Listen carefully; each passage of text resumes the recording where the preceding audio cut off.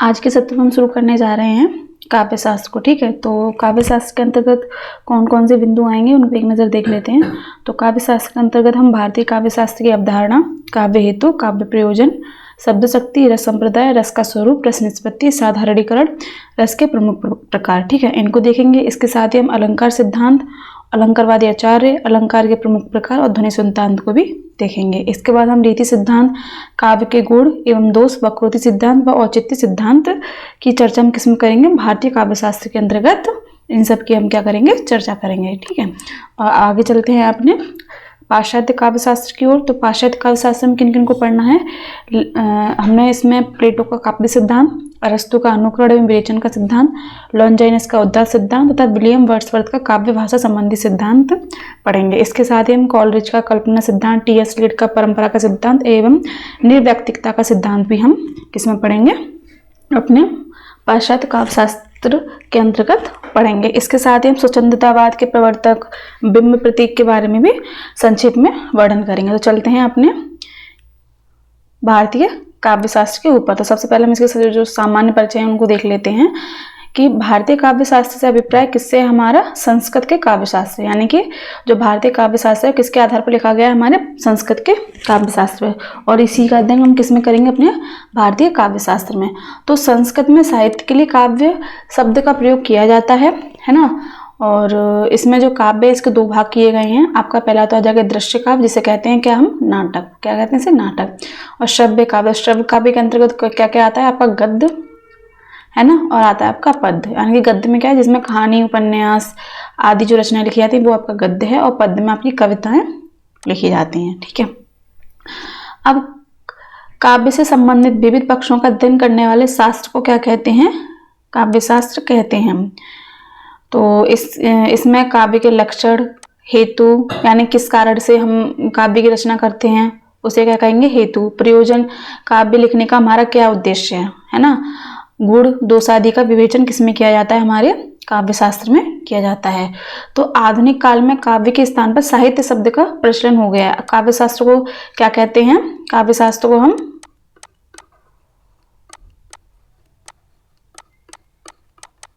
साहित्य शास्त्र भी कहते हैं। ठीक है, तो ऐसे में काव्य शास्त्र को साहित्य शास्त्र भी कहा जाने लगा है। अब देखिए संस्कृत आचार्यों की जो परंपरा रही है उनके बारे में भी देख लेते हैं कि कौन कौन से आचार्य रहे हैं, और इस पे क्वेश्चन पूछे जाते हैं। जैसे भरत मुनि किस सदी के आचार्य थे और उनका प्रमुख जो ग्रंथ है वो क्या है, तो ये भी पूछ लिया जाता है। तो एक बार इनको देख लेते हैं। तो जो भरत मुनि हैं वो दूसरी सदी के आचार्य हैं, और नाट्य शास्त्र का क्या है? ग्रंथ। और रस सिद्धांत के प्रवर्तक भी माने जाते हैं। रस सिद्धांत के क्या हैं? ये प्रवर्तक हैं। भामा छठी शताब्दी के हैं, और इन्होंने कौन सा सिद्धांत निकाला है? अपना अलंकार सिद्धांत, जो कि हम आगे पढ़ेंगे। इनकी रचना कौन सी है? काव्य अलंकार। इसके बाद दंडी, ठीक है, ये 7वीं सदी के आचार्य हैं। इनका जो ग्रंथ है क्या नाम है उसका? काव्यादर्श। याद रखेंगे रचनाओं को, ये पूछ ली जाती हैं। इसके बाद आते हैं आपके उद्भट। ठीक है, तो उद्भट भी क्या है? अलंकारवादी आचार्य हैं। ठीक है, दंडी भी क्या है? आपके अलंकारवादी आचार्य हैं। और ये कौन सी सदी के हैं? 8वीं सदी के। तो इनका जो ग्रंथ है वो काव्य अलंकार सार संग्रह इनका ग्रंथ है। ठीक है, बामन, जो बामन हुए वो कौन सी सदी के हैं? आपके 8वीं सदी के। रचना इनकी कौन सी? काव्य अलंकार सूत्र। तो इन रचनाओं को देखेंगे, उद्भट का जो ग्रंथ है वो काव्य अलंकार सार संग्रह है, और इनका क्या नाम है? काव्य अलंकार सूत्र। तो इसमें कंफ्यूज नहीं होंगे। बावन को रीति संप्रदाय का प्रवर्तक भी कहते हैं। उसके बाद हम आते हैं अपने रुद्रट की। तो रुद्रट कौन से काल के आचार्य हैं? 19वीं सदी के। ठीक है, इनकी रचना कौन सी है? काव्य अलंकार। देखिए काव्य अलंकार भामा की भी है, और काव्य अलंकार किसकी है? रुद्रट की। बस किस फर्क क्या है कि ये 6ठी सदी के आचार्य रहे, और ये कौन सी सदी के हैं? 9वीं सदी के। ठीक है, उसके बाद हम अपने आते हैं आनंदवर्धन पे। तो आनंदवर्धन ने ध्वनि संप्रदाय का प्रवर्तन किया। ठीक है, तो ये 9वीं सदी से ताल्लुक रखते हैं, और इनका जो ग्रंथ है क्या है? ध्वन्यालोक। ऐसे ही राजशेखर हैं, वो 10वीं सदी के आचार्य हैं। इनकी रचना क्या है? काव्य मीमांसा। भट्टलोलट महत्वपूर्ण है ये। भट्टलोलट इन 10वीं सदी के ये आचार्य माने जाते हैं। उनकी रचना कौन सी है? काव्य कौतुक। ठीक है, काव्य कौतुक। और अभिनव गुप्त आपके 10वीं सदी के हैं। इनकी रचना कौन सी है? तंत्रालोक। ठीक, कुंतक तो ये इनकी रचना कौन सी है? वक्रोति जीवितम। और किस संप्रदाय के ये प्रवर्तक हैं? वक्रोति संप्रदाय के, है ना। धनंजय आपके 10वीं शती के हैं और इनकी क्या रचना है? 10 रूपक। महिम भट्ट 11वीं शती के आचार्य हैं, इनकी रचना का क्या नाम है? व्यक्ति विवेक। भोजराज महत्वपूर्ण हैं ये, इनकी रचनाएं पूछ ली जाती हैं। सरस्वती कंठावरण के रचनाकार कौन है और श्रृंगार प्रकाश के रचनाकार कौन है? तो आपके कौन है? भोजराज। कौन सी शती से है? 11वीं शती के। क्षेमेंद्र कवि कंठावरण, ये आपके औचित्य संप्रदाय के प्रवर्तक हैं, ठीक है, औचित्य संप्रदाय के प्रवर्तक हैं। इनकी जो समयावधि है 11वीं शती, ठीक है। रचना इनकी क्या है? कवि कंठावरण। मम्मट, ठीक है, तो मम्मट महत्वपूर्ण है, इनकी जो रचना है वो परीक्षा में पूछ ली जाती हैं। काव्य प्रकाश किसकी रचना है? ये यूजीसी नेट में भी पूछी गई थी। तो ये किसकी है? मम्मट। ये कौन से काल के हैं? तो ये 11वीं शती के हैं, ठीक है। उसके बाद आपके आ जाते हैं रुय्यक, तो रुय्यक 12वीं शती के आचार्य हैं और इनकी रचना का क्या नाम है? अलंकार सर्वस्व। सोमकार मित्र भी क्या है? आपके 12वीं शती के आचार्य हैं, इनकी रचना क्या नाम है? अलंकार रत्नाकर। भागवत प्रथम भी आपके 12वीं शती के हैं और इनकी रचना का क्या नाम है? भागवत अलंकार, ठीक है। हेमचंद्र महत्वपूर्ण है ये, तो हेमचंद 12वीं शती के आचार्य हैं। इनका काव्य अनुशासन और शब्दानुशासन, इसके अतिरिक्त इनका एक और ग्रंथ है जिसका नाम क्या है? शब्द अनुशासन, है ना, तो वो इनकी ही रचना है। उसके बाद आपके रामचंद्र गुड़चंद्र, ये 12वीं शती के हैं, इनका नाट्य दर्पण, ठीक है, इनका नाट्य दर्पण महत्वपूर्ण है। भरत मुनि का क्या था? नाट्य शास्त्र, इसमें कंफ्यूज नहीं होंगे। और जो आपके रामचंद्र गुड़चंद्र हैं, इनका ग्रंथ क्या है? नाट्य दर्पण। अब चलते हैं अपने अगले आचार्य की तरफ। तो शारदा तनया, ये कौन सी शती के हैं? 13वीं शती के। रचना इनकी भाव प्रकाशन, ठीक है। जयदेव महत्वपूर्ण है कि जयदेव की रचना कौन सी है? तो चंद्रालोक किसकी रचना है? जयदेव की, और ये 13वीं शती के रचनाकार माने जाते हैं या आचार्य माने जाते हैं। विश्वनाथ आपके 14वीं शती के। साहित्य दर्पण महत्वपूर्ण है क्योंकि ये यूजीसी नेट में भी कई बार पूछा गया है। इसके साथ ही एकावली भी महत्वपूर्ण है। इसके जो साहित्यकार हैं कौन है? विद्याधर, है ना। और साहित्य दर्पण के कौन थे? आपके विश्वनाथ, जो कौन सी शती के हैं? 14वीं शती के। अब चलते हैं विद्यानाथ की तरफ। तो जो विद्यानाथ हैं वो कौन सी शती के हैं? 14वीं शती के, ठीक। तो इनका जो ग्रंथ है उसका नाम क्या है? नाट्य दर्पण। तो नाट्य दर्पण एक और का हमने बताया था हेमचंद्र और रामचंद्र और गुड़चंद्र का, है ना। इसके अतिरिक्त ये किसकी रचना है? ये रचना है विद्यानाथ की, लेकिन इनकी जो समयावधि है वो अलग है। ये थे 12वीं शती के रामचंद्र और गुड़चंद्र, और ये किस शती के हैं? आपके 14वीं शती के, ठीक। तो ऐसे याद रखेंगे। उसके बाद देखते हैं भानुदत्त को। तो भानुदत्त जो है 14वीं शती के आचार्य हैं। इनकी रचना कौन कौन सी? रसमंजरी और रस तरंगिणी महत्वपूर्ण है ये। इसके बाद आपके रूप गोस्वामी, इनकी उज्ज्वल नीलमणि, ये रचना पूछी जाती है, ठीक है। उज्ज्वल नीलमणि किसकी रचना है? तो रूप गोस्वामी की। उसके बाद हम बात करते हैं शेखर केशव मिश्र की। तो ये 16वीं शती के आचार्य हैं। इनका जो ग्रंथ है उसका नाम क्या है? प्रताप रुद्र यशो भूषण, ठीक है।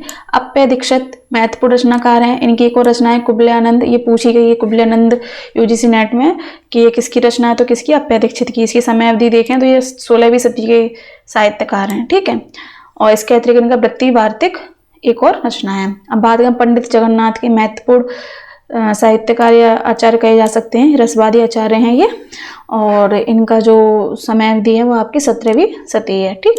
और इनका जो ग्रंथ है महत्वपूर्ण ग्रंथ रसगंगाधर किसकी रचना है? तो किसकी रचना है? पंडित जगन्नाथ दास की, ठीक है। उसके बाद हम बात करें विश्वेश्वर पंडित की। तो अलंकार कौस्तुभ, ये महत्वपूर्ण रचना है, किसकी है? तो किसकी है ये? विश्वेश्वर पंडित की। अब बात करते हैं हम उन ग्रंथों की जिनके ऊपर टीकाएं लिखी गई हैं, ये भी महत्वपूर्ण है, ठीक है। तो अभिनव गुप्त ने 4 ग्रंथों की रचना की। यहाँ पे जो महत्वपूर्ण कवि हैं अभिनव गुप्त मैंने आपको बताया, तो यहाँ पे देख लेते हैं इन्होंने किस किस का वर्णन किया है।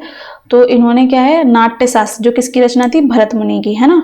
तो उसका इन्होंने जो इन पर जो टीका लिखी है वो किस नाम से लिखी है? अभिनव भारती की, ठीक। उसके बाद इन्होंने ध्वन्यालोक जो आनंदवर्धन की है उस पर ध्वन्यालोक लोचन, इन्होंने इस शीर्षक से टीका लिखी है ना। काव्य कौतुक जो भट्टलोलट की है ना।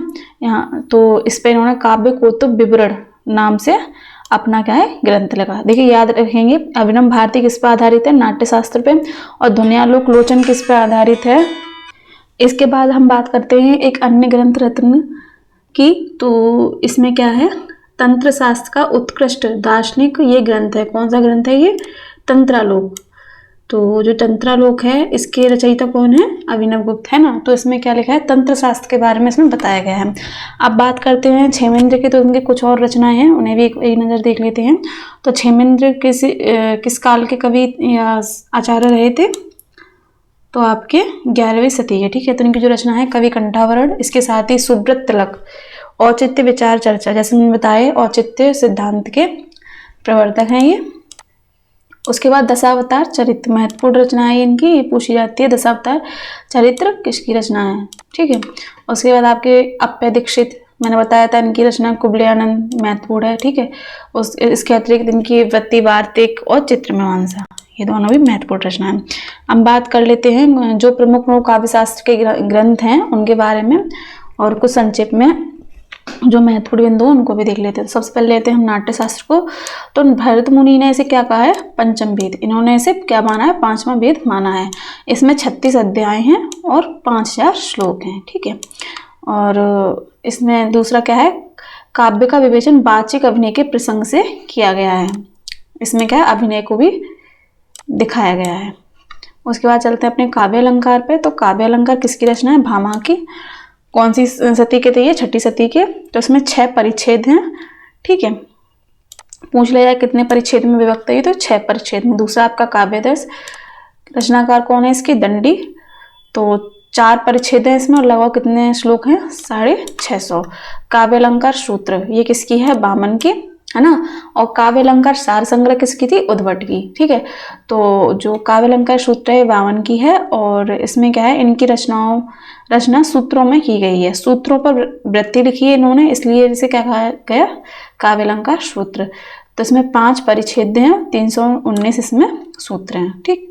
बात करते हैं अपने काव्य अलंकार की दूसरे जो किसने लिखी है, रुद्रट ने। तो रुद्रट के इस ग्रंथ में 16 अध्याय और 734 श्लोक हैं, ठीक। उसके बाद चलते हैं अपने ध्वन्यालोक पे। तो ध्वन्यालोक के जो रचनाकार कौन है आपके, आनंद वर्धन। तो इसमें 4 अध्याय या उद्योग, ठीक है। तो इसमें कारिका में इसमें की रचना की गई है। उसके बाद वक्रोति जीवितम, तो वक्रोति जीवितम के कौन बताए थे मैंने, कुंतक। वक्रोति सिद्धांत के कौन बताए थे मैंने, कुंतक, है ना। तो ये 10वीं शती के साहित्यकार हैं। तो इसमें 4 उन्मेष, इन्होंने अध्याय को क्या कहा है, उन्मेष।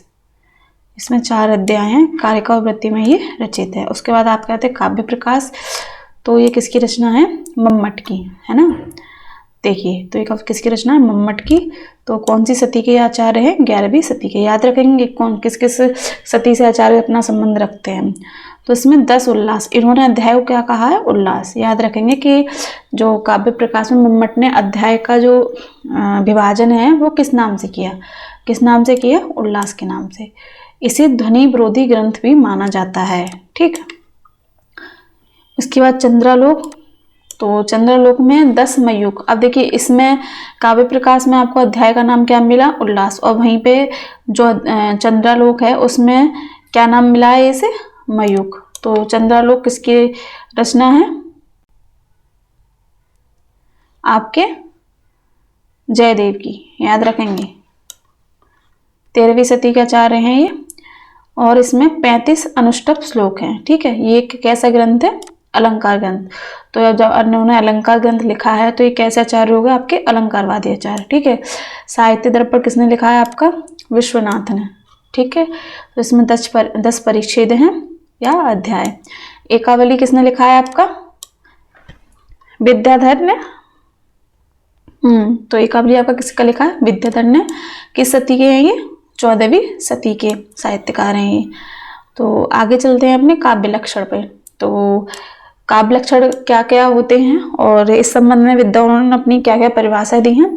तो जो महत्वपूर्ण बिंदु हैं उन पर ही हम सिर्फ चर्चा करेंगे। तो काव्य की परिभाषा ही काव्य लक्षण है। जो काव्य की परिभाषा को बताए उसे क्या कहा जाता है, काव्य लक्षण कहा जाता है। ठीक है, तो संस्कृत के साथ पाश्चात्य काव्यशास्त्र और हिंदी में भी काव्य लक्षण का उल्लेखनीय प्रयास किया गया है। तो पहले हम देख लेते हैं संस्कृत में काव्य लक्षण को क्या क्या कहा गया। ठीक है, तो इसमें सबसे पहले आपके आते हैं भामा। तो इसमें एक पूछा भी जाता है शब्दार्थो सहितो काव्यम गदम पदम च तद्विदा। ठीक है, तो ये महत्वपूर्ण पूछ लिया जाता है ये कथन किसका है, तो किसका है ये भामा का। उसके बाद आपका आता है दंडी का, तो शरीरम तावदिष्ठार्थ व्यविच्छिन्ना पदावली, किसका कथन है ये है आपके दंडी का। उसके बाद काव्य शब्दो गुण अलंकार संस्कृत्यो शब्दार्थ्यो वर्तते वामन, इन्होंने इसमें क्या बात की है, गुण की बात की है, इन्होंने इसमें गुण को महत्व दिया है। तो ऐसे आप इसको ध्यान रखेंगे, तो गुण को किसने महत्व दिया, वामन ने। ठीक है, उसके बाद आपका ननु शब्दार्थो काव्यम, ये कथन किसका है, महत्वपूर्ण है ये ननु शब्दार्थो काव्यम, तो किसका है ये, रुद्रट का। उसके बाद आपका आते हैं आनंदवर्धन, तो शब्दार्थ शरीरम तावकात्य काव्यम, तो ये भी महत्वपूर्ण है, किसने लिखा है, आनंदवर्धन ने। उसके बाद देखते हैं कुंतक का, जो कि कौन थे, वक्रोक्ति सिद्धांत के संस्थापक हैं, ये महत्वपूर्ण है। शब्दार्थो सहितो वक्र कवि व्यापार शालिनी वंदे व्यवस्थितो काव्यम तैद दुहालद कारिणी, है ना, तो ये इनका कथन है। इसके बाद आपके आते हैं मम्मट, जो महत्वपूर्ण है उन्हीं को देखते हैं। तद्दोषो शब्दार्थो सगुण वन अलंकृति पुनः क्वापी, तो ये किसने बोला है, मम्मट ने। उसके बाद आपके हेमचंद्र ने क्या कथन कहा है, अदोषो सगुणो सलंकारो च शब्दार्थो काव्यम, किसका कथन है ये, हेमचंद्र का। ठीक है, उसके बाद महत्वपूर्ण, ये सबसे ज्यादा महत्वपूर्ण है, क्योंकि ये यूजीसी नेट में भी कई बार पूछा जा चुका है कि वाक्यम रसात्मकम काव्यम, किसका कथन है, तो विश्वनाथ का। ये कौन सी सदी का आचार्य है, कौन सदी का आचार्य है, 14वीं सदी के, है ना। उसके बाद हम बात करते हैं अपने जगन्नाथ पे, ये भी पूछा गया है कि रमणीयार्थ प्रतिपादकम शब्दम काव्यम, किसकी कथन है ये, तो जगन्नाथ का, है ना। तो ये जो काव्य लक्षणों की उन्होंने परिभाषा दी है, तो महत्वपूर्ण जो होते हैं वो हमने यहाँ पे बताए हैं। इसके बाद चलते हैं हिंदी में विद्वानों ने क्या क्या काव्य लक्षणों की अपनी विचार प्रस्तुत किए हैं, तो उनको भी यहाँ पे देख लेते हैं। तो सबसे पहले ये साहित्य जन समूह के हृदय का विकास है, महत्वपूर्ण कथन है ये। उसके बाद आप देखते हैं ज्ञान राशि की संचित कोश का नाम साहित्य, किसने कहा, ये महावीर प्रसाद द्विवेदी ने। ठीक, उसके बाद कविता प्रभावशालिनी रचना है जो पाठक और श्रोता के मन पर आनंदमय प्रभाव डालती है ना। अब चलते हैं अगले बिंदु पर, तो ये महत्वपूर्ण है, ये कई बार यूजीसी नेट के साथ साथ जो भी हिंदी की जितनी भी परीक्षाएं होती हैं उसमें ये कथन पूछा जाता है कि जिस प्रकार आत्मा की मुक्तावस्था ज्ञान दशा कहलाती है, उसी प्रकार हृदय की मुक्तावस्था रस दशा कहलाती है। हृदय की मुक्ति की साधना के लिए मनुष्य की वाणी जो शब्द विधान करती आई है उसे क्या कहते हैं, कविता। इस साधना को हम भावावेग कहते हैं और कर्मयोग ज्ञान योग के समक्ष मानते हैं। रामचंद्र शुक्ल के ये कथन है जो महत्वपूर्ण है। उसके बाद दूसरा इनका महत्वपूर्ण कथन भी देख लेते हैं, सात्वोद्रेक या हृदय की मुक्त अवस्था के लिए किया हुआ शब्द विधान क्या है, काव्य है। तो ये किसने कहा, रामचंद्र शुक्ल ने। और महात्मा गांधी का भी इस संबंध में काव्य लक्षण के संबंध में कथन देख लेते हैं। इन्होंने क्या कहा है, साहित्य वह है जिसे चरस खींचता हुआ किसान भी समझ सके और खूब पढ़ा लिखा हुआ भी क्या है, साहित्य को समझ सके। तो इन्होंने क्या है, इन्होंने उस साहित्य को महत्वपूर्ण माना है जो आम आदमी भी उसे समझ सके। ठीक, उसके बाद हम चलते हैं अपने प्रेमचंद की ओर। तो महत्वपूर्ण कथन है इनका साहित्य जीवन की आलोचना है। ठीक है, साहित्य जीवन की आलोचना है। इसके बाद चलते हैं अपने अगले बिंदु पर। तो जयशंकर प्रसाद का महत्वपूर्ण कथन है ये, काव्य आत्मा की संकल्पनात्मक अनुभूति है जिसका संबंध विश्लेषण या विज्ञान से नहीं है। किसने कहा, जयशंकर प्रसाद ने। देखिए, एक ये है सुमित्रानंदन पंत का महत्वपूर्ण कथन हमें देखने को मिलता है कि कविता हमारे परिपूर्ण क्षणों की वाणी है। ये कथन किसने कहा, तो ये कथन कहा है सुमित्रानंदन पंत ने। तो कविता हमारे परिपूर्ण क्षणों की वाणी है। ठीक है, उसके बाद महादेवी वर्मा ने भी अपना यहाँ पे एक महत्वपूर्ण कथन दिया है कि कांटा चुबाकर उसकी पीड़ा की अनुभूति तो संसार कराता है, पर कभी बिना कांटा चुबाए ही पीड़ा की अनुभूति करा देता है। कथन किसका है, महादेवी वर्मा का। ठीक है, उसके बाद चलते हैं अपने डॉक्टर नगेंद्र की तरफ। तो डॉक्टर नगेंद्र का महत्वपूर्ण कथन है कि काव्य आत्माभिव्यक्ति, ये कथन किसका है? तो कथन किसका है? डॉक्टर नगेंद्र का। वहीं आगे का है कविता सबसे पहले और अंत में शब्द है, ये भी महत्वपूर्ण कथन है। ये कविता सबसे पहले शब्द, कविता सबसे पहले और अंत में क्या है? शब्द है। दूसरा धूमिल क्या कहते हैं? कविता भाषा में आदमी होने की तमीज है ना। तो ये क्या थे? हिंदी साहित्य के जितने भी साहित्यकार थे उन्होंने अपने काव्य लक्षण के संदर्भ में अपने अपने मत को प्रदर्शित किया है। उसके बाद चलते हैं अपने पाश्चात्य काव्य लक्षण की ओर। तो इसमें जो महत्वपूर्ण है उन्हें देख लेते हैं। तो सबसे पहले महत्वपूर्ण आपका आता है कविता हमारे प्रबल भावों का सहज उच्छलन है। किसका कथन है? वर्ड्सवर्थ का। ये पूछा जाता है, ठीक है। और ये आपके क्या है? सिलेबस में भी लगा हुआ है। कौन? वर्ड्सवर्थ, है ना। उसके बाद आते हैं कविता सर्वोत्तम शब्दों का सर्वोत्तम क्रम में। किसने कही है ये बात? कॉलरिज ने। और ये भी क्या है? आपके पाठ्यक्रम में लगे हुए हैं। दूसरी तरफ आते हैं हम मैथ्यू अर्नोल्ड पे। जैसे ये है कविता मूलतः जीवन की आलोचना है ना। तो ये किसने कहा? मैथ्यू अर्नोल्ड ने। वहीं साहित्य जीवन की आलोचना ये किसने कहा था? मुंशी प्रेमचंद्र ने, है ना। उसके बाद दूसरे देखते हैं एडगर एलन पो के अनुसार कविता सौंदर्य का लयात्मक सृजन है। तो जो पाश्चात्य जो साहित्यकार रहे उन्होंने अपने काव्य लक्षण से संबंध में अपने मतों को प्रस्तुत किया, तो उनको हमने यहाँ पे देखा। अब चलते हैं अपने अगले बिंदु पर। तो बात करें काव्य हेतु की। तो काव्य हेतु क्या है? बात करें काव्य हेतु की, तो काव्य हेतु क्या है? हेतु का तात्पर्य कारण से है, यानी कि किस कारण से जो कवि है या साहित्यकार है वो रचना करता है, तो उन कारणों को जानना, है ना। तो वो कारण जो काव्य लिखने के लिए उसे क्या कहते हैं? अग्रसित करते हैं, तो वो क्या कहलाता है? काव्य हेतु। जिन कारणों से कवि रचना करता है तो वो कहलाता है काव्य हेतु, ठीक है। तो यहाँ पे काव्य हेतु का अभिप्राय काव्य की रचना के लिए आवश्यक कारणों से है, अर्थात काव्य के सृजन के लिए किन तत्वों का होना जरूरी है। तो बात करें काव्य हेतु को काव्य की उत्पत्ति के कारण के रूप में समझा जा सकता है। तो बाबू गुलाब राय ने इस संबंध में अपने मत को प्रस्तुत किया है कि हेतु का अभिप्राय उन साधनों से है जो कवि की व्याख्या रचना। बाबू गुलाब राय के अनुसार हेतु का अभिप्राय उन साधनों से है जो कवि की काव्य रचना में सहायक होते हैं। जैसा कि मैंने बताया, काव्य करने के लिए जो कारण उपयुक्त होते हैं उन्हें हम क्या कहते हैं? काव्य हेतु। तो देखिए काव्य शास्त्र में 3 काव्य हेतुओं को माना गया है कि जो रचनाकार या कवि होता है वो रचना क्यों करता है। तो एक तो ये होता है कि प्रतिभा, उसके अंदर प्रतिभा होती है जन्मजात, है ना। उसे तो इसे क्या कहेंगे? यहाँ पर शक्ति भी कहा गया है। उसके बाद व्युत्पत्ति, कि वो सीख कर ज्ञान लेके रचना करता है ना, कहीं से सीखता है। व्युत्पत्ति यानी ज्ञान लेता है, अभ्यास, और निरंतर अभ्यास करता रहता है। तो 3 कारण माने यहाँ पे, ठीक है। तो जो महत्वपूर्ण जो आचार्य हैं उन्होंने क्या क्या अपने मत दिए हैं। तो भामा ने क्या माना है कि कवि रचना क्या किस कारण करता है? क्योंकि उसके अंदर क्या है? प्रतिभा है। तो प्रतिभा के कारण ही वो रचना करता है ना। उसके बाद दंडी ने क्या कहा कि जो रचनाकार होता है वो प्रतिभा, शास्त्र ज्ञान और अभ्यास तीनों के सहयोग से ही क्या है? अपनी रचना करता है। वहीं रुद्रट कुंतक ने भी तीनों को महत्वपूर्ण माना है, शक्ति, व्युत्पत्ति, अभ्यास को। बामन ने प्रतिभा को लोक व्यवहार की संज्ञा दी है, और इनके इसके अतिरिक्त उन्होंने विद्या और प्रकीर्ण को महत्वपूर्ण माना है। जयदेव ने जो काव्य हेतु हैं उसके अंतर्गत से माना है सिर्फ प्रतिभा को ही उन्होंने महत्व दिया है।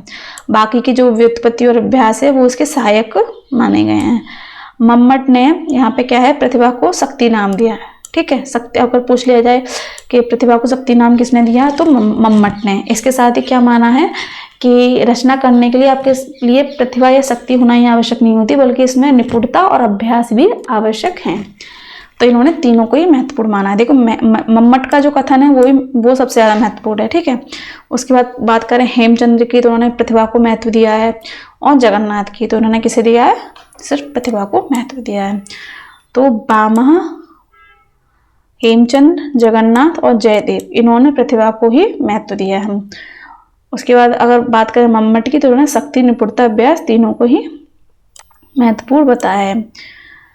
अब देखिए इसमें एक कथन महत्वपूर्ण है, जो किसने कहा है? भट्टलुलट ने, प्रज्ञा नवोन्वेषशालिनी प्रतिभा मता, ठीक है। तो ये कथन महत्वपूर्ण है परीक्षा के दृष्टिकोण से। आगे चलते हैं हम अपने। दूसरा कथन है क्या है? आचार्य रामचंद्र शुक्ल के अनुसार कि इन्होंने प्रतिभा को अंतःकरण की उद्भावित क्रिया के रूप में व्याख्यात किया है। ठीक है, ये भी महत्वपूर्ण कथन है। दूसरा आ जाता है कि विभिन्न आचार्यों ने कि प्रतिभा कितने वेद किए हैं, कि प्रतिभा कैसे आती है आपके पास। तो सबसे महत्वपूर्ण जो कथन है या जो भेद किया है वो किसने किया है, रुद्रट ने। तो सहजा और उत्पादा, ठीक है, तो उसमें सहजा जो क्या होती है, वो पूर्व जन्म से संस्कारों से प्राप्त होती है, यानी जन्म के साथ ही वो हमें चीज प्राप्त होती है। वो जो सहजा है वो हमें जन्मजात प्राप्त होती है। भाई जो उत्पादा है वो हमें खुद से सीखनी पड़ती है ना, अर्जित की जाती है। तो ये कैसी प्रतिभा अर्जित की हुई है ना। इसके बाद बात करें राजशेखर की, तो राजशेखर हैं, उन्होंने प्रतिभा के दो भाग किए हैं। पहला है कार्यत्री। तो जो कार्यत्री प्रतिभा है वो किससे संबंध है, कवि से, इसका संबंध कवि से है। ठीक है, और भावेत्री है जिसका संबंध किससे है, पाठक से। ठीक है, तो जो कार्यत्री प्रतिभा है वो किसमें पाई जाती है, आपके कवि में या साहित्यकार में। और जो भावेत्री प्रतिभा है यानी पढ़ने की क्षमता या कहें कि ललक, तो वो किसमें पाई जाती है, आपके पाठक में। ठीक है, और लेखनी की जो क्षमता होती है, लिखने की जो कला होती है, वो किसमें पाई जाती है, आपके कवि ने। वहीं हेमचंद्र ने सहजा और औषधिक, तो सहजा क्या है, आपकी जन्मजित पाई जाती है, और औषधिक जो प्रतिभा है वो आपके श्रम से आपको मिलती है। ठीक है, अब बात करें व्युत्पत्ति। तो व्युत्पत्ति क्या है, विभिन्न काव्यों, शास्त्रों और लोक व्यवहारों से प्राप्त किए गए ज्ञान को व्युत्पत्ति कहते हैं। ठीक है, तो इसका अर्थ बहुज्ञता से भी लिया जाता है। राजशेखर के अनुसार उचित अनुचितो विवेको व्युत्पत्ति।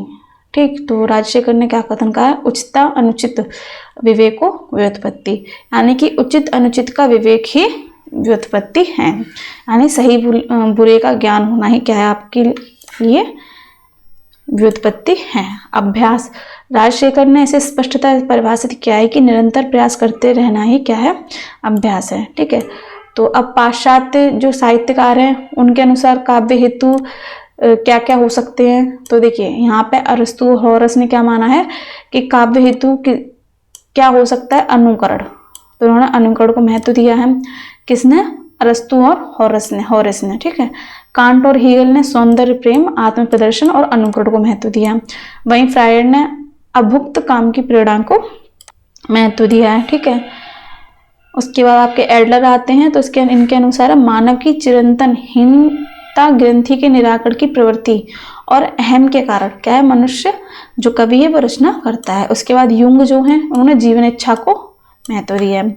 अब बात करते हैं काव्य प्रयोजन की। तो काव्य प्रयोजन क्या है, काव्य प्रयोजन का अर्थ क्या होता है कि जो प्रयोजन का अर्थ क्या है यहाँ पर, उद्देश्य, किस उद्देश्य से जो है काव्य की रचना की जाती है। तो काव्य रचना के उद्देश्य अर्थात उससे प्राप्त होने वाले लाभ को काव्य प्रयोजन कहते हैं। ठीक है, तो संस्कृत आचार्यों ने अपने विभिन्न मत दिए हैं, तो उनको एक बार हम देख लेते हैं।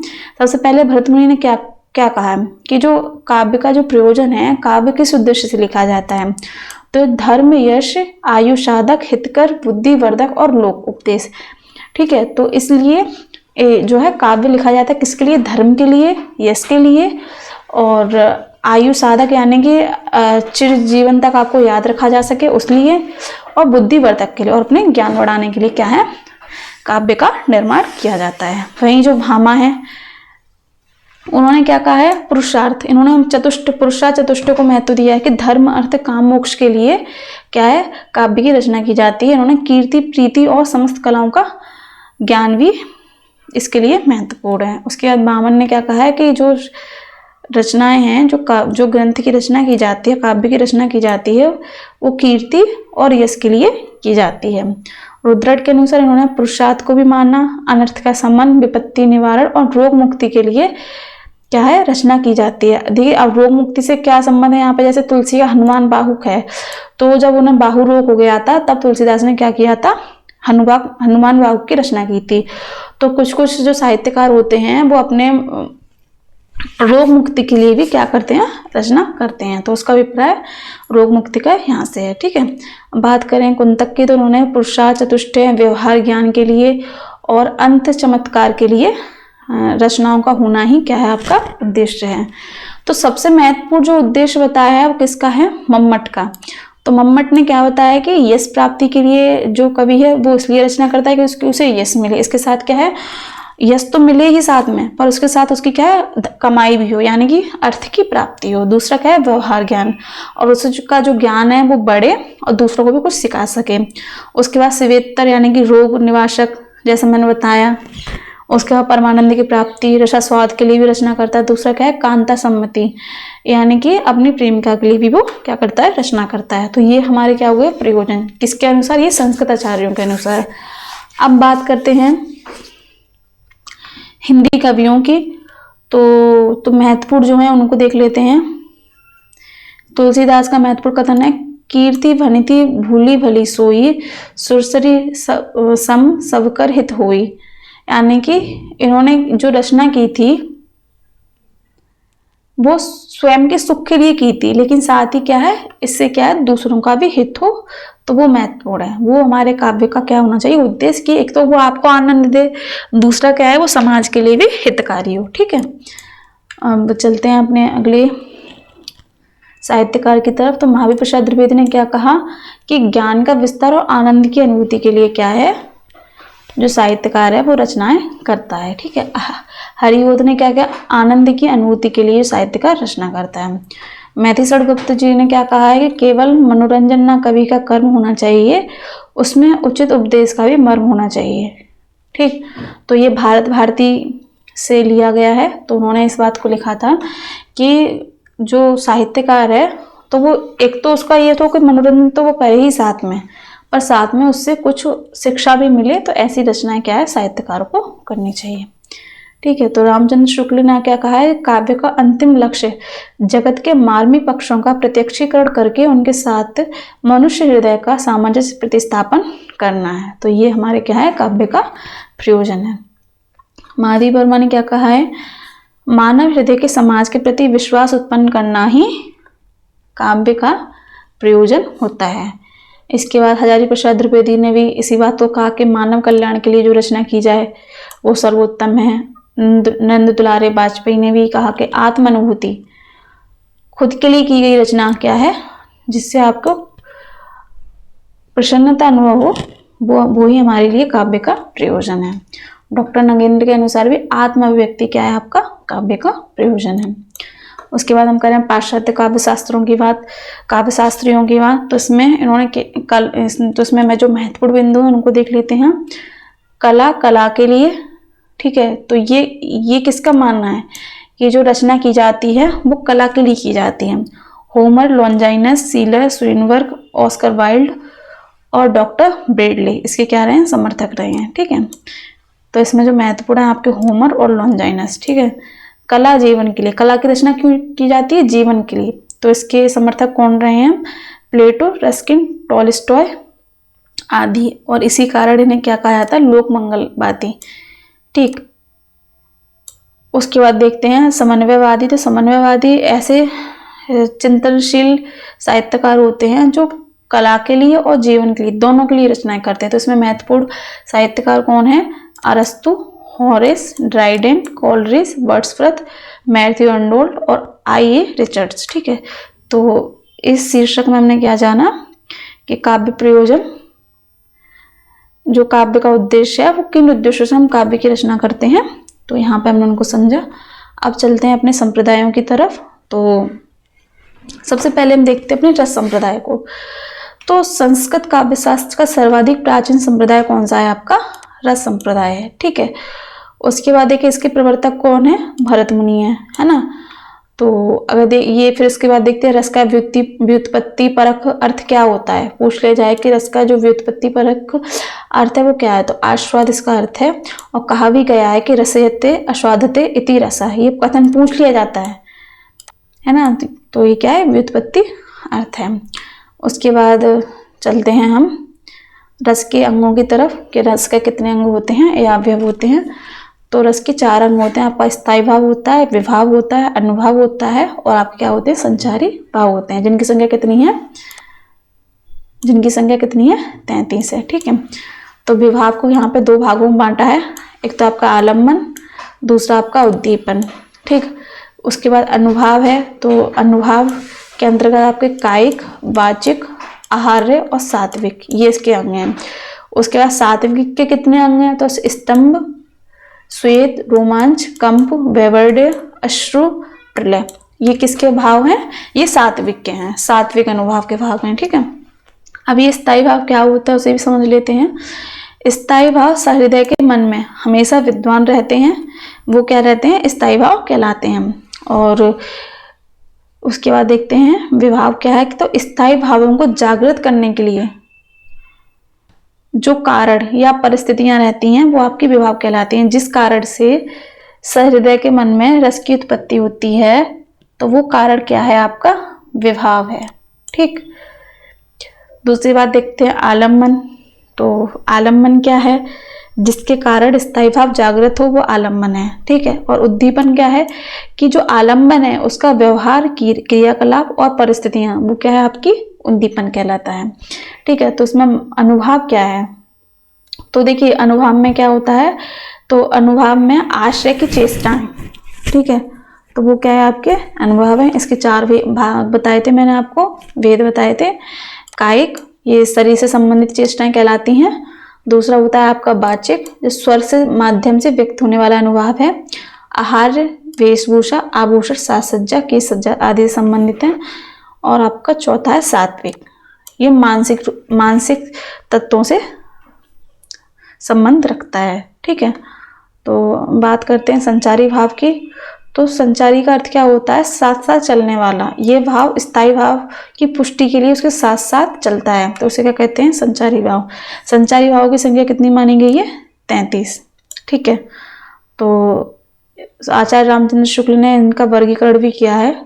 तो इन्होंने 4 वर्गीकरण किए, एक तो सुखात्मक, दुखात्मक, उभयात्मक और चौथा आपका उदात्तम। सुखात्मक के अंदर कौन से संचारी भाव आते हैं? गर्व, हर्ष, आशा, मत, संतोष, चपलता, है ना। ऐसे ही दुखात्मक के लज्जा, असूया, अमर्ष, अभिहितता, त्रास, विषाद आदि।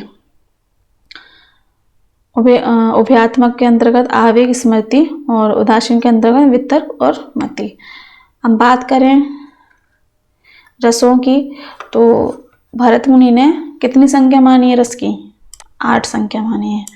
कौन कौन से? आपका श्रृंगार रस, हास्य रस, रौद्र रस, करुण रस, वीर रस, अद्भुत रस, विभत्स रस और भयानक रस, है ना। जो उद्भट है उन्होंने किसकी कल्पना की? शांत रस की। और जो रुद्रट है उन्होंने प्रयाण रस की। ठीक है, और आचार्य विश्वनाथ ने किस रस की कल्पना की है? वात्सल्य रस की। ठीक, और आचार्य रूप गोस्वामी ने भक्ति रस की। तो ये तो रस हैं और ये क्या है? इनके स्थायी भाव। ठीक है, तो इनको भी देख लेते हैं। श्रृंगार रस का स्थायी भाव क्या है? रति है, हास्य का हास है, रौद्र का क्रोध है, करुण का शोक है, वीर का उत्साह है, अद्भुत का विस्मय है, विभत्स का जुगुप्सा है और भयानक का व्यय है, शांत का निर्वेद, प्रयाण का स्नेह, वात्सल्य, वत्सलता और भक्ति रस कैसा है? ईश्वर विषयक रति। ठीक है, तो भरत मुनि ने तो 8 रसों को ही मान्यता दी है। मुख्यतः कितने रस माने जाते हैं आपके इसमें? 9 रस, है ना। कौन कौन से? श्रृंगार, हास्य, रौद्र, करुण, वीर, अद्भुत, विभत्स, भयानक और शांत। ठीक है, एक महत्वपूर्ण कथन यहाँ पे देखने को मिलता है कि अभिनव गुप्त ने शांत रस का स्थायी भाव तृष्णाजन्य सुख को माना है। ये पूछ लिया जाए कि शांत रस का स्थायी भाव तृष्णाजन्य सुख किसने कहा है? तो किसने कहा है? आपके अभिनव गुप्त ने। ठीक, अब चलते हैं हम अपने अगले कथन की तरफ कि रसराज किसे कहा जाता है? श्रृंगार को, है ना। किसने कहा है?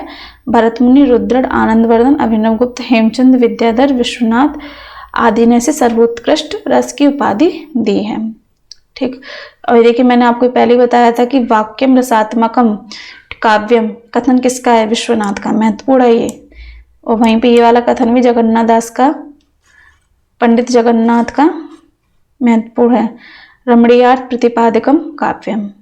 ठीक है, अब चलते हैं अपने अगले बिंदु की तरफ।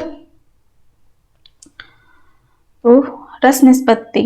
तो रस निष्पत्ति क्या है? ये आपके सिलेबस में लगा हुआ है कि रस की सर्वप्रथम व्याख्या किसने की? भरत मुनि के नाट्यशास्त्र में मिलती है। अब बात कर रस निष्पत्ति से क्या तात्पर्य है? तो काव्य आस्वाद की प्रक्रिया। ठीक, काव्य पढ़ने पे जो हमें रस ग्रहण होता है, ठीक है।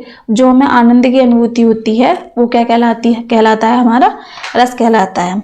तो काव्य आस्वाद का प्रश्न रचना में कवि द्वारा रस के सृजन तथा पाठक द्वारा उस रस को ग्रहण किए जाने की प्रक्रिया से संबंधित है। ठीक, तो आप देखते हैं, देखिए जो रस निष्पत्ति है उसके 4 व्याख्याकार हुए हैं। तो सबसे पहले कौन आते हैं आपके भट्टलोलट। इनके दर्शन को भी देखेंगे। तो भट्टलोलट किस दर्शन से संबंध रखते हैं? आपके मीमांसा दर्शन से। याद रखेंगे, पूछा जाता है, कभी कभी सीरियल में दे दिए जाते हैं, फिर पूछते हैं कि मीमांसा दर्शन से कौन से आचार्य संबंध रखते हैं। तो आपके भट्टलोलट दूसरे नंबर पर कौन आते हैं? श्री शंकुक के न्याय दर्शन से संबंध रखते हैं। भट्टनायक सांख्य दर्शन से संबंध रखते हैं। और अंत में आते हैं आपके अभिनवगुप्त, ये किससे संबंध रखते हैं? शैव दर्शन से। ठीक, तो सबसे पहले आपके भट्टलोलट क्रम पूछ लिया जाता है कि रसवादी आचार्यों का क्रम लगाइए। तो आपके पहले आ जाएंगे रस सूत्र के आचार्य भट्टलोलट, श्री शंकुक, भट्टनायक और अभिनवगुप्त। याद रखेंगे इन्हें शुक्वेंस से। ठीक है, पहले भट्टलोलट आएंगे, फिर शंकुक आएंगे, फिर भट्टनायक आएंगे, फिर अभिनवगुप्त आएंगे।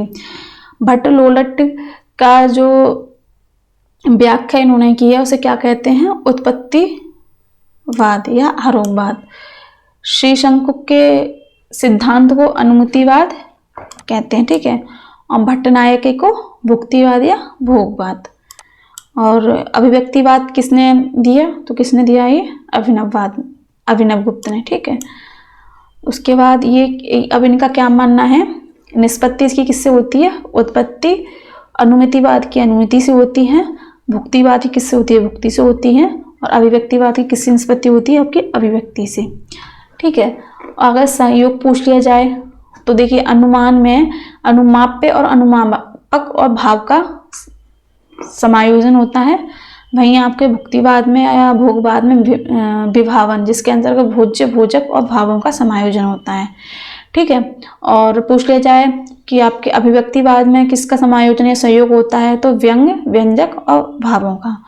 ठीक है, उसके बाद हम बात करते हैं उत्पत्तिवाद की। तो इसमें उत्पाद और उत्पादक, ठीक है, उसके साथ भाव संबंध या गम्य, गमक, भाव संबंध। ठीक है, पोष्य, पोषक, भाव संबंध, ये किससे संबंध रखते हैं? आपके भट्टलोलट से।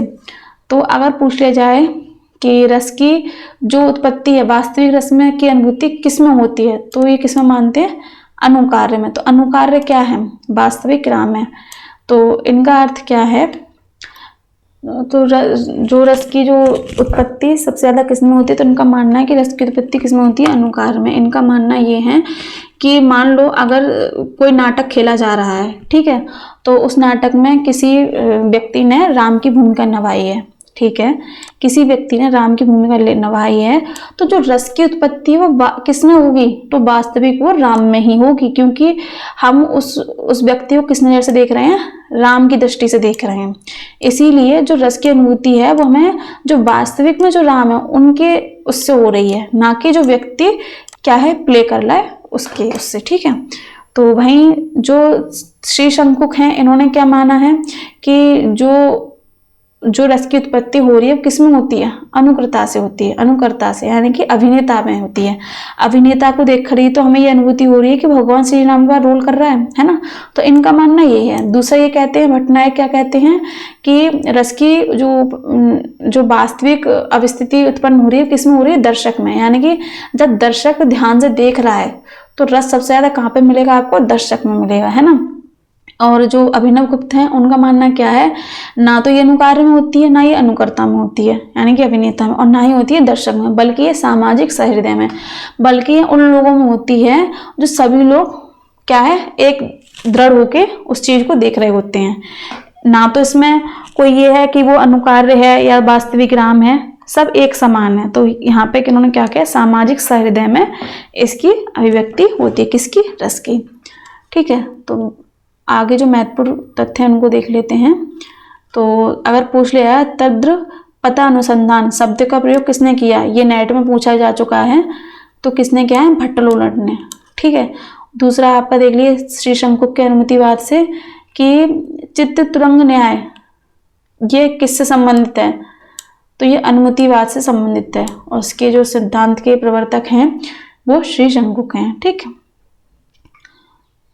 उसके बाद भट्टनायक का भुक्तिवाद, भट्टनायक का भुक्तिवाद, तो इन्होंने सर्वप्रथम साधारणीकरण का सूत्रपात किया। ठीक है, तो इन्होंने काव्य में रस निष्पत्ति के 3 व्यापार माने हैं। इसमें आपका अभिधा, भावकत्व और भोजकत्व। तो इन्होंने सबसे ज़्यादा महत्व किसको दिया है? भावकत्व को दिया है। तो इनका मानना यह है कि इस व्यापार के द्वारा भाव साधारणीकृत हो जाते हैं। साधारणीकृत होने से तात्पर्य व्यक्ति विशेष से जुड़े न रहकर मुक्त वह अपने पराये भाव से मुक्त हो जाता है, यानी कि वो सामान्य हो जाता है। तो कि इसमें कहने का तात्पर्य यह है कि इसमें जब कोई रचनाकार रचना लिखता है तो उसे जिस भाव से वो, जिस रस से वो रचना लिख रहा है, तो वही भाव, वही रस क्या है, पाठक में को भी आने लगे, तो वो क्या है, वहां पर क्या देखा जाएगा, साधारणीकरण देखने को मिलता है। ठीक, अब बात करते हैं यहाँ पे अभिनव गुप्त के अभिव्यक्तिवाद की। तो इनके अनुसार स्थायी भाव व्यंग है और विभावादी व्यंजक। ठीक है, इनके संयोग से रस की अभिव्यक्ति होती है। वह ना तो उत्पन्न होता है, ना ही अनुमेय होता है, वह तो अभिव्यक्त होता है। तो यानी कि समानता, सब में क्या है, एक समान भाव देखने को मिले तो वहां पे अभिव्यक्तिवाद देखने को हमें मिलता है। अब बात करें साधारणीकरण की। अगला बिंदु हमारा साधारणीकरण क्या है, तो भावों का व्यक्ति विशेष से आबद्ध न रहकर मुक्त हो जाना साधारणीकरण कहलाता है। तो असाधारण का साधारण रूप में ग्रहण करना भी कहा जा सकता है। तो यहाँ पे वही बात हो गई कि इसमें क्या है, पाठक और साहित्यकार दोनों में एक ही भाव का संचार हो रहा है। जिस भाव से पाठक ने अपनी रचना लिखी, वही भाव क्या है, पढ़ने वाले के अंदर आ गया, तो वो क्या कहलाता है, हमारे लिए साधारणीकरण कहलाता है। ठीक है, तो यहाँ पे जो महत्वपूर्ण बिंदु है उनको देख लेते हैं। देखिए, सर्वप्रथम भट्टनायक ने क्या है, साधारणीकरण का उल्लेख किया, लेकिन इसको व्यवस्थित रूप में प्रस्तुत किसने किया, तो अभिनव गुप्त ने। याद रखेंगे ये, है ना। भट्टनायक के जो महत्वपूर्ण बिंदु हैं साधारणीकरण की तरफ, वो एक बार देख लेते हैं। तो इन्होंने क्या कहा है, इन्होंने साधारणीकरण से पड़ने वाले प्रभाव को निज मोह संकटता निवारण कहा है। ये कथन महत्वपूर्ण है। ये किसके लिए कहा है, साधारणीकरण के लिए। ठीक है, एक और बिंदु है ये कि साधारणीकरण भावकत्व व्यापार का एक हिस्सा है। जो साधारणीकरण होता है वो भावकत्व व्यापार का क्या है, एक हिस्सा है ना। अब बात करें अभिनव गुप्त की, तो इन्होंने क्या कहा है, साधारणीकरण किसका होता है, विभाव का, है ना। तो अगले बिंदु पे चलते हैं। ऐसे ही दिया है, ये भट्टनायक ने क्या कहा साधारणीकरण के संबंध में, कि विभावादि का साधारणीकरण होता है, यानी कि विभाव का जो साधारणीकरण होता है वो क्या कहलाता है आपके लिए। यहाँ पर विभिन्न आचार्यों ने साधारणीकरण के संबंध में अपने अपने मत को प्रस्तुत किया है। परीक्षा के दृष्टिकोण से महत्वपूर्ण है, तो इसमें देख लेते हैं। भट्टनायक ने विभाव और स्थायी भाव के को साधारणीकरण की क्या दी है, संज्ञा दी है। यानी कि जो साधारणीकरण होता है वो किसके कारण होता है, आपके विभाव के कारण। याद रखेंगे ये। उसके बाद आपके अभिनव गुप्त हैं, इन्होंने सहृदय का, इसमें क्या माना है कि सहृदय के मन से क्या होता है, साधारणीकरण ने सहृदय को महत्व प्रदान किया है। उसके बाद विश्वनाथ क्या कहते हैं, विभावादि का अपने पराये यानी आशय और सहृदय की भावना से मुक्त होना क्या है, साधारणीकरण है। उसके बाद रामचंद्र शुक्ल क्या कहते हैं, आलंबनत्व यानी आलंबन का धर्म क्या है, साधारणीकरण होता है। ठीक है। श्याम सुंदर दास क्या कहते हैं कि सहृदय के चित्त का साधारणीकरण होना ही क्या है, समानता को प्रदर्शित करता है। तो इन्होंने यहाँ पे लिखा है कि आचार्य श्याम सुंदर दास ने साधारणीकरण की व्याख्या करने में मधुमती की भूमिका की परिकल्पना प्रस्तुत की। ये महत्वपूर्ण अगर पूछ लिया जाए कि साधारणीकरण के परिप्रेक्ष्य में मधुमती की भूमिका की परिकल्पना किसने की, तो किसने की है, आपके श्याम सुंदर दास ने। किसने की, आपके श्याम सुंदर दास ने। किसकी, मधुमती की भूमिका की।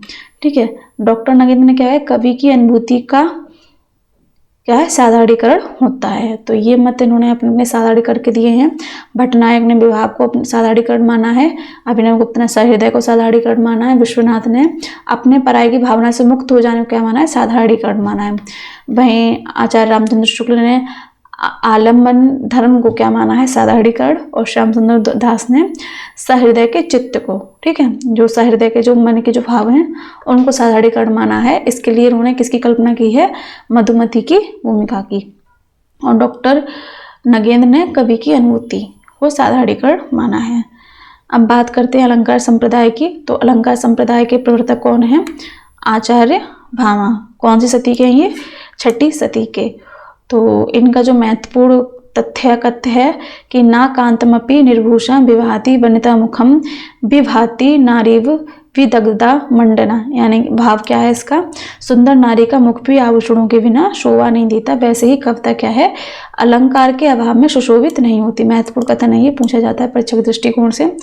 तो एक और इनका महत्वपूर्ण कथन ये भी है कि इन्होंने सभी अलंकारों के मूल में किसे महत्व दिया है? वक्रोक्ति को। तो अगर पूछ लिया जाए कि वक्रोक्ति को महत्व किसने दिया है अलंकारों में, तो किसने दिया है? भामा ने। ठीक है। उसके बाद दंडी का एक महत्वपूर्ण कथन यहाँ देखने को मिल जाता है, काव्य शोभकारान धर्मान अलंकारान पृच्छते। ठीक है। तो ये कथन किसका है? ये कथन है आपके दंडी का। ठीक।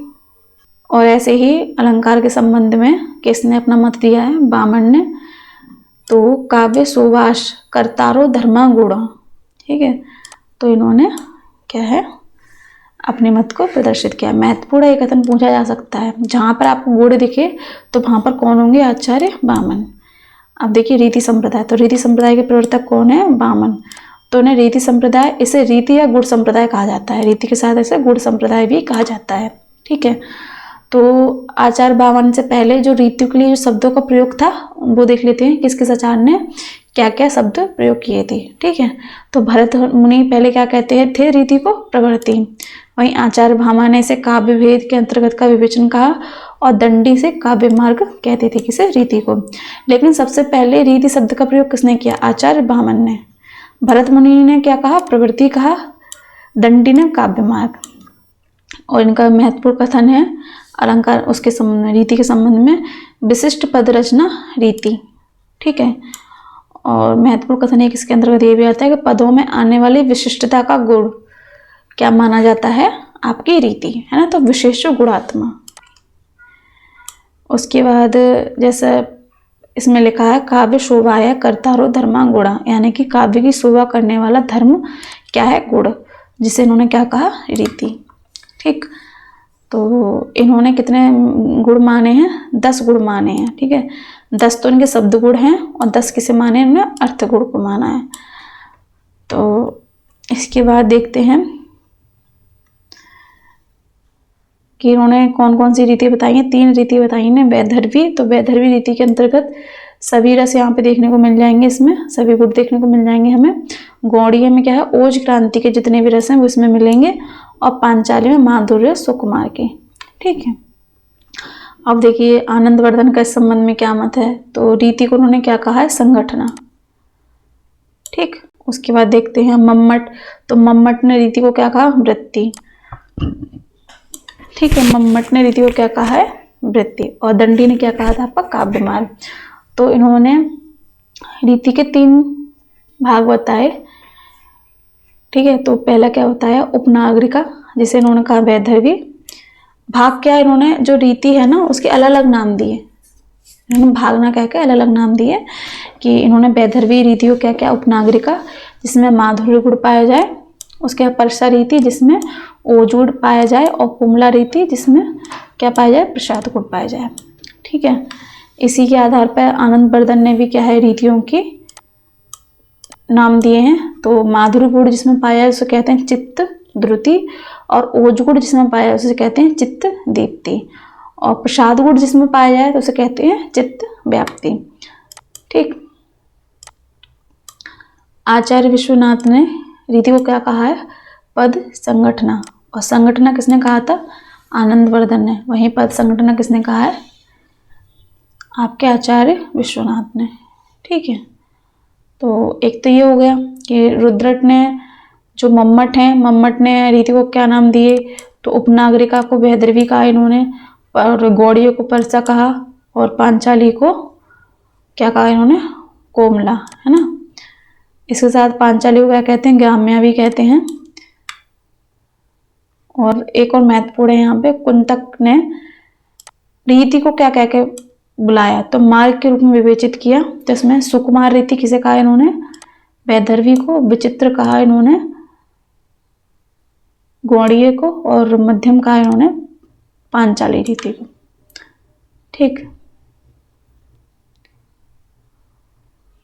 तो जो हमारे माधुर्य गुण हैं वो किस में आएंगे आपके वैदर्भी उसमें रीति में, और जो ओज के गुण हैं जिसमें उत्साह और वीरता का वर्णन हो वो आपके आ जाएंगे गौड़ीय में। ठीक है, और जो जिसमें शांत और चित्त की प्रसन्नता की अनुभूति हो तो प्रसाद गुण किस में आएगा आपका पांचाली में। ठीक है, अब चलते हैं अपने ध्वनि संप्रदाय की ओर। तो ध्वनि संप्रदाय के प्रवर्तक कौन माने जाते हैं, आचार्य आनंदवर्धन माने जाते हैं। ठीक है, तो इन्होंने ही ध्वनिरात्मा काव्य की का समर्थन किया, यानी कि काव्य की आत्मा क्या है, ध्वनि है। ये किसने माना है, आपके आनंदवर्धन ने। ठीक है, तो आनंदवर्धन ने किसको महत्वपूर्ण माना है, ध्वनि में व्यंग्यार्थ को। तो ध्वनि के लिए व्यंग्यार्थ का होना आवश्यक है। इस आधार पर इन्होंने कितने भेद किए, आनंदवर्धन ने तो 3 भेद किए हैं। देखिए ध्वनि काव्य, तो देखिए इसमें ध्वनि काव्य में क्या है, आपके वाच्यार्थ से व्यंग्यार्थ जहाँ अधिक होगा, मैंने कहा ना ये व्यंग्यार्थ के प्रतिपादक हैं, व्यंग्य को इन्होंने महत्वपूर्ण स्थान दिया है। तो जहाँ पे ध्वनि काव्य वो कहलाएगा जहाँ पे वाच्यार्थ से अधिक क्या हो आपको ध्वनि मिले। ठीक है, वो आपका ध्वनि काव्य है। गुणीभूत व्यंग्य काव्य क्या है, जहाँ आपका वाच्यार्थ से थोड़ा सा कम हो, क्या हो आपका यहाँ पे वाच्यार्थ से थोड़ा व्यंग्यार्थ कम हो, वहाँ गुणीभूत व्यंग्य काव्य होगा। और चित्रकाव्य क्या है, यहाँ पे व्यंग्यार्थ हो ही ना, तो उसे कहते हैं चित्रकाव्य। इसी को मम्मट ने ध्वनि काव्य को उत्तम काव्य कहा है, और गुणीभूत व्यंग्य काव्य क्या कहा है, मध्यम काव्य, और चित्र काव्य को अवर काव्य। तो सबसे जो महत्वपूर्ण है ध्वनि काव्य ही है। ठीक है, उसके बाद बात कर लेते हैं ध्वनि के संबंध में कुछ आचार्यों के विचारों की। तो इन लोगों ने माना है कि ध्वनि किस में पाई जाती है। ठीक है, तो मुकुल भट्ट कहते हैं कि लक्षणा में ध्वनि देखने को मिलती है, कुंतक कहते हैं व्यंजना में, महिम भट्ट अनुमान में, प्रतिहारी अंदुराज अलंकार में, धनंजय तात्पर्य शक्ति में ध्वनि को मानते हैं, और भोजराज भी तात्पर्य शक्ति में ध्वनि को मानते हैं। ठीक है, तो अब बात करें ध्वनि के भेद की। तो मम्मट ने ध्वनि के 51 भेदों का विवेचन किया, तो 3 ही महत्वपूर्ण है। आपका कौन सा होगा, वस्तु ध्वनि, दूसरा आपका अलंकार ध्वनि, तीसरा आपका रस ध्वनि। तो ये किससे, असलक्ष्य क्रम व्यंग्य ध्वनि भी इसे कहते हैं। तो परीक्षा के दृष्टिकोण से इतना ही महत्वपूर्ण है। तो ये तो मैंने आपको बता ही दिया था कि आनंदवर्धन ने रस ध्वनि को क्या माना है, ध्वनि की आत्मा। तो सबसे महत्वपूर्ण क्या है, वस्तु ध्वनि तो है ही, ठीक है, उसके बाद वस्तु ध्वनि और अलंकार ध्वनि, लेकिन महत्वपूर्ण क्या है आपकी रस ध्वनि। इसमें क्या है, ध्वनि की आत्मा रहती है। ठीक है, बात करें वक्रोक्ति सिद्धांत की। तो वक्रोक्ति सिद्धांत के प्रवर्तक कौन है, तो वक्रोक्ति काव्य जीवितम, ये किसने कहा है, आचार्य कुंतक ने। तो जो वक्रोक्ति है वो क्या है, काव्य को जिंदा रखती है या उसकी आत्मा होती है। उसके बाद हम बात करते हैं कुछ आचार्यों की, उन्होंने इस संबंध में क्या क्या मत दिए हैं। तो सबसे पहले देते हैं आपके भामा। तो भामा ने वक्रोक्ति का अर्थ अतिशयोक्ति से माना है, इसे संपूर्ण अलंकारों का मूल कहा है। तो मैंने कहा था ना कि इन्होंने अलंकारों में जो मूल है किसे माना है, वक्रोक्ति को। तो एक तो इन्होंने ही अपना मत दिया है किसी वक्रोक्ति सिद्धांत को, ये इसके पक्षधर हैं। उसके बाद हम बात करते हैं दंडी की। तो दंडी भी वक्रोक्ति का अर्थ तो अतिशयोक्ति से लेते हैं, किंतु उसे संपूर्ण अलंकारों का मूल नहीं मानते। स्वाभोगोक्ति के अलावा अन्य सभी अलंकारों के वक्रोक्ति का पर्याय माना जाता है। ठीक है, बात करते हैं, ये कथन महत्वपूर्ण है कि सादृश्य लक्षणा वक्रोक्ति किसने कहा है, वामन ने। उसके बाद चलते हैं हम अपने, देखिए एक ये कथन भी महत्वपूर्ण है, वक्रोक्ति रेव वेदगद्य भंगी भड़ित रुचते। ठीक है, ये महत्वपूर्ण है। उसके बाद देख लेते हैं औचित्य संप्रदाय के प्रवर्तक कौन है, तो क्षेमेंद्र हैं, महत्वपूर्ण है। इन्हें समन्वयकारी आचार्य भी कहा जाता है। इसमें महत्वपूर्ण कथन आपका क्या आ जाएगा, औचित्यम रससिद्धस्य स्थिरम काव्यस्य और जीवितम। ठीक, अब बात करते हैं अपने पाश्चात्य काव्य शास्त्र की। तो आपके सिलेबस में कौन लगा है, प्लेटो। तो प्लेटो के काव्य सिद्धांत को देख लेते हैं। तो प्लेटो के दर्शन में प्रमुखता 5 विषयों का उल्लेख मिलता है। सबसे पहले आपको आदर्श राज्य की अवधारणा, आत्मा की अमृतत्व की सिद्धि, प्रत्यय सिद्धांत, ज्ञान मीमांसा, सृष्टि शास्त्र। तो प्लेटो कैसे दार्शनिक थे? आदर्शवादी दार्शनिक थे। ठीक है, तो इनका मानना क्या है कि जो कवि होता है वो परम सत्य से 3 गुना दूर होने के कारण जो भी लिखता है वो क्या होता है? मिथ्या है या झूठ है ना। तो इन्होंने एक बात कही है कि कवि कैसा होना चाहिए? कवि ऐसा होना चाहिए जिससे लोग कुछ सीखें, जो राज्य के हित में रचना करे, वो उसको ही इन्होंने महत्व दिया है। अन्यथा इन्होंने क्या है, कवि को हे दृष्टि से देखा है, जो हित के लिए बात नहीं करते हैं। ठीक है, उसके बाद देखिए प्लेटो के शब्दों में कहा जाएगा कला सत्य से त्रिधा अपेत, यानी कि जो कवि रचना करता है उसमें जो सत्यता है वो 3 गुना दूर होती है। ठीक, एक और जैसा कि मैंने यहाँ पर बताया कि ये सद्मूल्यों को महत्व देते हैं। तो देखिए विवेकहीन अपरिपक्व मन पर दुष्प्रभाव डालने वाले साहित्य का पूर्णतः निषेध होना चाहिए, चाहे वह सत्य ही क्यों ना हो। मैंने कहा ना, ये आदर्शवादी कवि हैं और ये इनका मानना ये है कवि वो अच्छा है जो क्या है राज्य के अच्छे के लिए लिखे, है ना, और उसका कोई अच्छा प्रभाव डले, तो उसको तो ये स्वीकार करते हैं। लेकिन जो जिससे क्या है अनैतिकता फैले उसका ये क्या करते हैं? बहिष्कार करते हैं। दूसरा महत्वपूर्ण कथन ये है कि कोई भी कवि जब तक बोध शक्ति धारण नहीं करता तब तक वह काव्य के देववाणी तुल्य उपहार का अधिकारी नहीं होता। ठीक है, दूसरा सबसे महत्वपूर्ण कथन है गुलामी मृत्यु से भी बहावे होती है। किसने कहा है? ये प्लेटो ने कहा है। अब बात करते हैं अरस्तु के सिद्धांत की। तो चित्रकार अथवा किसी भी अन्य कलाकार की ही तरह कवि भी अनुकर्ता होता है ना। इन्होंने त्रासदी, अनुकरण, विवेचन, अनुकरण सिद्धांत का प्रतिपादन किया। तो प्लेटो के बाद इनके शिष्य अरस्तु ने इस सिद्धांत का विवेचन किया। काव्य कला को अरस्तु राजनीतिक नीति शास्त्र की दृष्टि से न देखकर सौंदर्य शास्त्र की दृष्टि से देखते हैं। इन्होंने क्या माना है? इन्होंने माना है अगर काव्य में सौंदर्य है तो सौंदर्य तो भाई किसी भी रूप में देखने को मिल सकता है। जरूरी नहीं कि अगर वो रचना प्रकृति का चित्रण कर रही है और उसमें भले ही क्या हो आपके राज संबंधी कोई अच्छे विचार न लिखे हो तो वो क्या है काव्य कहलाने के लायक नहीं है। ये कथन किसके थे? उनके प्लेटो के। लेकिन अरस्तु का मानना है कि सौंदर्य का अपना अपना एक दृष्टिकोण होता है ना। तो इन्होंने सबसे ज्यादा किसको महत्व दिया है? सौंदर्य को, है ना। तो इन्होंने राजनीतिक नीति की दृष्टि से न देखकर काव्य को किसकी दृष्टि से देखा है? सौंदर्य की दृष्टि से। तो अरस्तु भावना में तथा कल्पना में अनुकरण को क्या करते हैं? स्वीकार करते हैं। इस तरह अरस्तु ने न केवल कला का स्वतंत्र अस्तित्व स्थापित किया बल्कि कला को अमूर्त तर्क से नहीं संवेदना और बिंब की विधायनी शक्ति से जोड़ा। ठीक, इसके साथ ही इन्होंने देखिए त्रासदी विवेचन का उल्लेख भी किया है कि ग्रीक साहित्य की महत्वपूर्ण विधा है त्रासदी, जिसका अर्थ क्या होता है? दुखांत। अंग्रेजी में से क्या कहते हैं? ट्रेजेडी, जो कि हिंदी के रूपांतर क्या है इसका? दुखांत कहलाता है।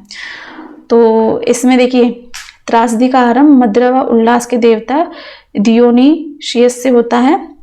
उसके बाद यहाँ पे क्या कहा इन्होंने?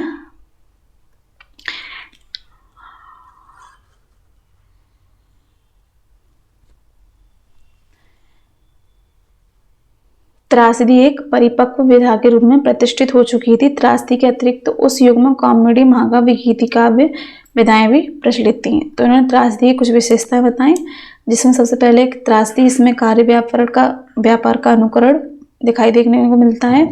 उसके बाद त्रासदी की भाषा, ठीक है।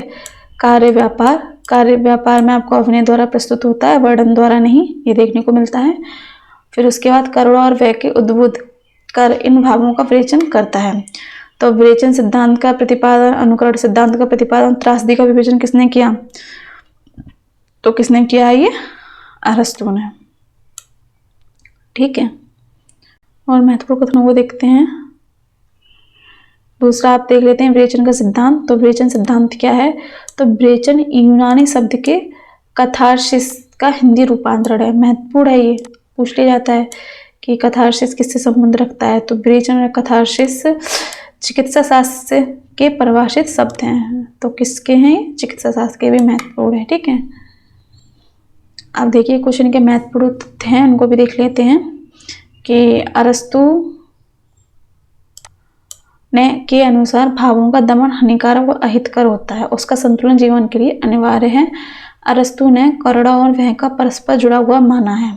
ठीक है, विरेचन भावनात्मक विश्रांति के साथ साथ भावनात्मक परिष्कार भी करता है। दुखांत देखने के बाद व्यक्ति को उसके कलेशकर भावों से मुक्ति मिल जाती है, चाहे वो मुक्ति अल्पकालिक ही क्यों ना हो। इनका मानना क्या है? इन्होंने जो दुखांत जितने भी देखिए, यूनान में पहले क्या देखने को मिलता था? दुखांत नाटक ज्यादा देखने को मिलते हैं, और वहीं से क्या हुआ? इन नाटकों का प्रचलन हुआ। तो इनका मानना ये है कि जब दुख होता है उन भावों को क्या है? निकल जाना चाहिए, यानी कि आंसू के थ्रू वो निकल जाए तो मनुष्य का जो मन होता है वो हल्का हो जाता है। तो वो क्या इसीलिए किसके पक्षधर थे? आपके त्रासदी विवेचन के क्या है? ये पक्षधर हैं। और दुखांत नाटकों की जो या दुखांत काव्यों की जो प्रथा है कहाँ से चली आ रही है? आपके ग्रीक साहित्य से, है ना। अब बात करते हैं अपने लॉन्जाइनस के उद्दांत सिद्धांत की। तो इसके प्रवर्तक, उद्दात सिद्धांत के अगर प्रवर्तक पूछ लिया जाए तो कौन है? आपके लॉन्जाइनस। तो उद्दात के स्रोत तत्व क्या हैं? तो उद्दांत सिद्धांत क्या है? तो इसमें क्या है कि महान विचारों को धारण कर नहीं सकती। तो लॉन्जाइनस के अनुसार अगर महान विचार ना हो तो प्रतिभा का उनमें संभव नहीं, इसीलिए विचारों की महानता का उद्दत सृजन की पहली शर्त है। यानी कि साहित्यकार में सबसे अच्छा साहित्य क्या है? जिसमें क्या है? आपको उद्दातता देखने को मिले, है ना। तो क्या क्या होना चाहिए आपके उद्दात सिद्धांत के अंतर्गत? साहित्य के अंदर महान विचारों को धारण करने की शक्ति हो, ठीक है, भावों की प्रबलता उसमें दिखे। दूसरा, आपका अलंकारों का समुचित प्रयोग हो, अनाप शनाप उसमें अलंकार ना हो, है ना। दूसरा क्या हो? भाषा कैसी हो? सुस्पष्ट और अभिजात अभिव्यक्ति हो, कि इससे जो आम आदमी है वो भी समझ सके। उसके बाद गर्मा में क्या हो? भाव की रचना हो, है ना। और इसमें क्या क्या विरोधी तत्व आते हैं कि किस उद्दात में विरोधी तत्व क्या? अधिक शब्दों का प्रयोग ना हो, उसमें जो भी रचना की जाए उसमें अधिक शब्दों का प्रयोग ना हो। अधिक शब्दों का प्रयोग क्या है? अनाप शनाप शब्दों को बार बार बोल देना, वो शब्दाडंबर कहलाता है, शब्द आडंबर कहलाता है। ठीक है, उसके बाद देखते हैं बालिशता या बचकानापन। तो भव्यता के विपरीत इस दोष की उत्पत्ति कमजोर कुंठित बुद्धि से होती है। रचना भड़कदार बनाने की जगह जड़ हो जाती है। देखिए कि भाषा का कैसा प्रयोग हो? सुस्पष्ट भाषा का प्रयोग हो, ये भी ना हो वो बचकानी सी भाषा लगे कि किसी बच्चे ने रचना लिख दी, है ना, वो भी ना हो उसमें। दूसरा क्या है? इसमें भाव आडंबर देखने को ना मिले। इसमें ये नहीं कि बात बात पर कुछ भी लिख रहे हैं हम, कोई भी भाव जोड़ दे रहे हैं, है ना, तो ये भी नहीं होना चाहिए। तो यहाँ पे क्या है? आपका उद्दात सिद्धांत खत्म होता है। तो मेन जो बात है इसमें लॉन्जाइनस ने क्या कहा है कि लॉन्जाइनस का जो उद्दात सिद्धांत है वो इस बात को प्रतिपादित करता है कि साहित्य कैसा होना चाहिए। एक तो आपके महान विचार उसमें दिखें, दूसरा क्या हो? उसमें भावों की प्रबलता हो, उससे कोई सीख मिले, है ना। और क्या है? उसमें अलंकार या रसों का सही से प्रयोग हो, अनाप शनाप प्रयोग उसमें ना हो। और यही सब किसमें देखने को मिलता है हमें? उद्दात के सिद्धांत में। ठीक है, उद्दात के सिद्धांत में। अब बात करते हैं वर्ड्सवर्थ के काव्य सिद्धांत की। तो इनका पहला काव्य संग्रह कौन सा था? कविता संग्रह लिरिकल बेल्ट्स। ठीक है, तो पहला इनका कविता संग्रह है, ये कब प्रकाश हो? 1798 में, है ना। इसके बाद इसका दूसरा संस्करण लिरिकल बेल्ट्स का दूसरा संस्करण कब प्रकाशित हुआ? 1800 में। ठीक, उसके बाद जो मेन चीज़ें हम वही देखेंगे इसमें। लिरिकल ब्लेड्स की 4 संस्करण प्रकाशित हुए थे। ठीक है, इन्होंने इसे किससे साथ मिलकर लिखा था? कोलरिज के साथ मिलकर। तो इसमें पहला तो आपका 1798, फिर 1800, 1802, फिर 1815। उसके बाद इन्होंने क्या क्या बातें कही हैं वो देख लेते हैं कि इन्होंने काव्य भाषा के संबंध में वर्ड्सवर्थ की 3 मान्यताएं इस प्रकार हैं। पहली तो ये है कि इसमें ग्रामीण की बोलचाल की भाषा का प्रयोग होना चाहिए। अगर पूछ लिया जाए कि वर्ड्सवर्थ की 3 मान्यताएं कौन कौन सी थी? ग्रामीण बोलचाल की भाषा का प्रयोग होना चाहिए। दूसरा क्या है? गद्य और काव्य की भाषा में कोई तात्विक भेद ना हो, एक ही भाषा का प्रयोग हो। ठीक है, प्राचीन कवियों की भाषा उनके भाव उद्बोध सदृश सहज व सरल थी, बाद में कवियों ने भाषा में कृत्रिम आडंबरपूर्ण बना दिया। इनका कहना यह था कि जो प्राचीन जो कवि थे वो सहज भाषा का प्रयोग करते थे, लेकिन बाद में जो साहित्यकार आए, रचनाकार हुए, उन्होंने क्या किया, शब्दों के अत्यधिक चमत्कारिक प्रदर्शन करने के लिए उन्होंने कठोर कठोर शब्द रख दिए, जिससे क्या है, जो भाषा की सहजता थी वो समाप्त हो गई। तो इसीलिए वो ये कहते हैं कि रचना में किस भाषा को महत्व दिया जाना चाहिए, ग्रामीण की भाषा को, क्योंकि कहते हैं ग्रामीण भाषा क्या होती है, मीठी और सहज भाषा होती है ना। तो इस बात का इन्होंने यहाँ पे बताया। और देखिए महत्वपूर्ण कथन यहाँ पे है, वर्ड्सवर्थ ने कविता के सहज भावों का उच्छलन कहा है, यानी कि वो सहजता का प्रतिपादन करते हैं, आडंबर या कृत्रिमता का नहीं। ठीक है, तो ये इनके विचार हैं। अब बात करते हैं हम कॉलरिज के कल्पना और फैंटेसी सिद्धांत की। तो अगर पूछ लिया जाए कल्पना और फैंटेसी सिद्धांत के जो प्रवर्तक कौन है, तो आपके कॉलरिज हैं। तो कॉलरिज, तो उसके बाद देखिए फैंटेसी क्या है। तो फैंटेसी शब्द ग्रीक के फंतासिया शब्द से निकला है, और इमेजिनेशन लैटिन के इमाजिनातियो के से निकला है, यानी कि इमाजिनातियो से ये निकला हुआ है। तो अब देख लेते हैं इन्होंने कल्पना के संबंध में क्या क्या बातें कही हैं। तो कॉलरिज मानते हैं कि कविता का विकास मनुष्य के विकास की भांति ही होता है। जिस प्रकार मनुष्य अपने जन्म से ही अपने सभी अंगों के साथ धीरे धीरे विकास करता है, उसी प्रकार कविता अर्थ, बिंब, छंद, भाव, शब्द, अलंकार आदि के साथ जन्म लेती है और विकास करती है। ठीक है, तो उसके बाद क्या माना है इन्होंने, कॉलरिज का मानना है कि कविता भाव की तीव्रता और संवेदना के परस्पर मिलन से उत्पन्न होती है।